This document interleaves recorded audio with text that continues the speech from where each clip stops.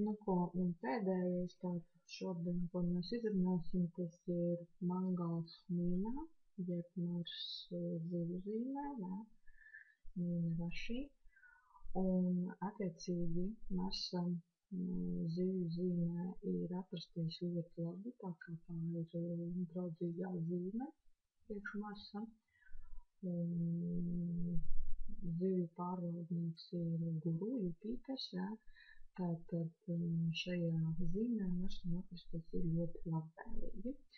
Parasti tiek uzskatīts, ka cilvēks, kurš tā kā ir dzimis tādā kombinācijā, kam ir mangals mīnā, tātad šis cilvēks savu enerģiju spēs pareizi transformēt pareizajā plāksnē, tas ir kalpot citiem. Būs līdzcietīgs, jā, ļoti tolerants, ļoti mīlēs visāda veida labdarības pasākumus. Parasti šie cilvēki ļoti daudz iesaistās labdarības pasākumos, jā, un ir tā kā arī viena no,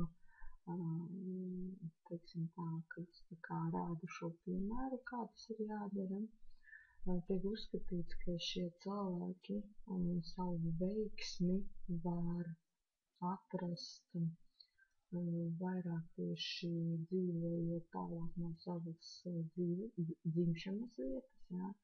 Kā es esmu minējusi, kad agrākos laikos, ja ir attiecīgās kombinācijas kartē, jā, tad tie cilvēkam ieteica dzīvot tālāk prom no savas dzimšanas vietas, jā, tagad tas ir, šis jēdziens jau ir, teiksim, vairāk izpaužās kā braukšana uz ārzemēm, kaut gan senajos laikos jau ar 50 km rādījusā, ja jūs esat tālāk 50 km rādījus, tad tika uzskatīts, ka tās jau ir ārzemes.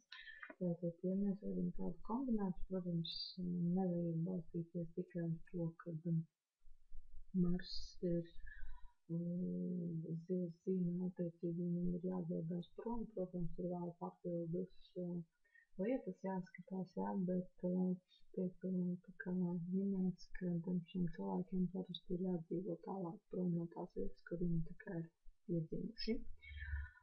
Parasti šie cilvēki ļoti daudz iesaistās diskusijās, bet vairāk par tādām filozofiskajiem dzīves skatījumiem, jā.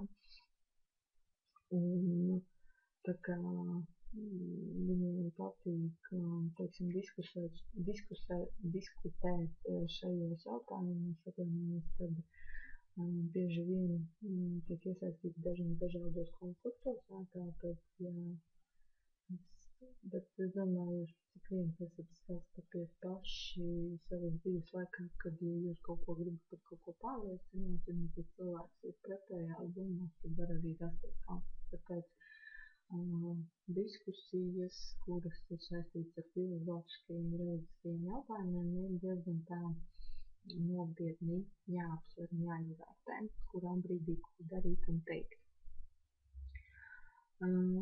Atceramies, ka zivs zīmju simbols kā izskatās tātad viena zivs peld uz vienu pusi, pa labi, otru pa kreisi, un tiek uzskatīts, ka šiem cilvēkiem bieži vien viņi tā kā gribēsies uz vienu pusi, jā, tā kā zivīm uz otru pusi, tā kā virzīties, un tāpat laikā, tā kā būs dilemmas priekšā, kuru tad īsti izvēlēties, jā, vai iet uz vienu virzienu vai uz otru.